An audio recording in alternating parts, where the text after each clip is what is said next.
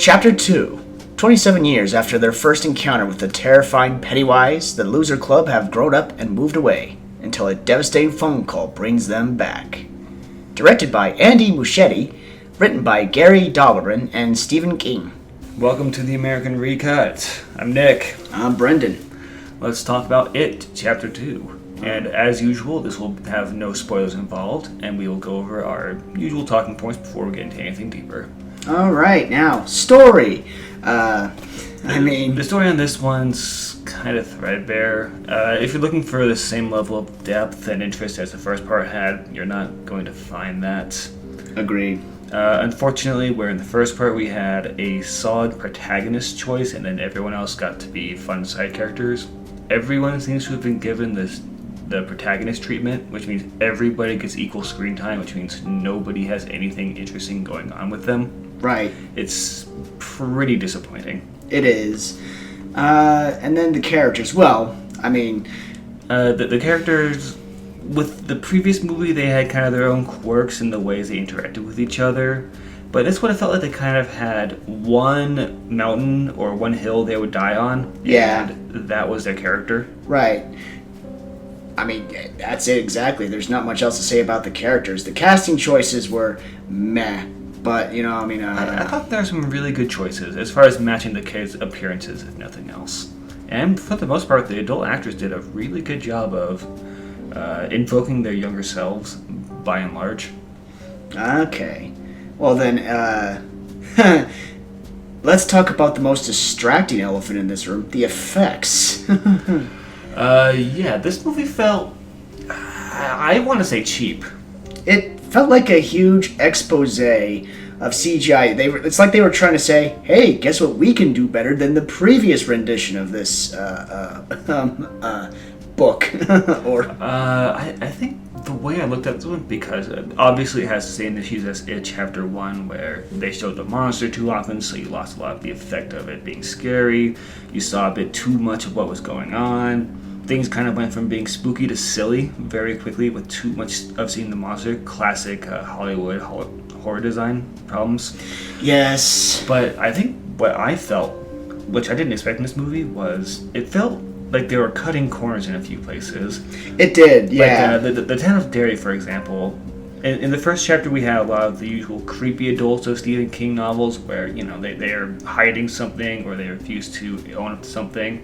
Right. In this movie, didn't feel like there were any characters aside from the protagonists. No, like you said, the movie everyone got the protagonist treatment, and it just focused on them exclusively. We didn't get too many creepy adults in this film. We only got, one or two. Yeah, she didn't have a name. So, effects, they were a very present thing, and they did kind of beat Pennywise down to a, like Nick was saying, comedic character.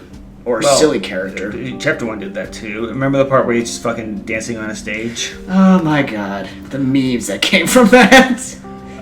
But yeah, the part I didn't expect in this movie was it felt really cheap. Like they cheaped out on casting. They didn't have a lot of other people cast in this movie. It was a very tight movie. It felt claustrophobic with how hard it focused on just the protagonist and not the Town of Derry in general. The pacing was fast, which kind of works. It didn't drag on in unnecessary areas, but it just kept going so fast to a point that you feel like, oh, we're already here, but then you look at your watch and you realize a huge amount of time has passed and you're like, what the fuck? And finally, let's talk about themes. This movie didn't have themes. No, this was clearly a simple recreation of something from the 80s, which was also an adaptation from a book. I guess it did have one theme, which is Stephen King is so awesome, you guys. Seriously, can you see how much we love Stephen King? Let's spend 20 minutes in the ending really stroking ourselves off to how great Stephen King is. I agree. This film also kind of felt a little fan pandering because they did lace this film with certain Easter eggs that only true. Oh god, there were so many Easter eggs for different horror films in this movie. There's so many, like, Nightmare on Elm Street 5's coming out, and coming out in the ending parts. There's the talk about like Jason. They talk about Elm Street. Yeah. there's so many little horror references, and it feels cheap. It feels a little bit like, and I don't want to invoke this movie, but I have to here. Ready Player One, when when the corporate guy is like just dropping a bunch of names of like different popular trendy movies in the 80s, and then the main character's like, "You're not a real fan. You're just dropping names so that we think that you're cool like us, but you're not cool. You're just a corporate stag." And this movie feels like that guy. Like, it's just constantly throwing out things like, remember Nightmare on Elm Street? Remember the Jason movies? Remember The Shining? We're cool. Oh. Meanwhile, it like has no idea of how to do things, how to explore things like metaphor, how to explore things like character, emotions, how to portray a horror movie monster in a way that's actually scary. Yeah. What an interesting reference. But I can't disagree, because it really is just, them throwing all kinds of franchises, funneling them into this movie for the sake of fan pandering. And it's just distracting. It's distracting.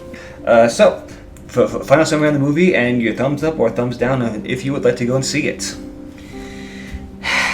I don't give it a thumbs up or a thumbs down. I give it a middle thumb, mainly because, it's fun to watch, but it's not a good story to view,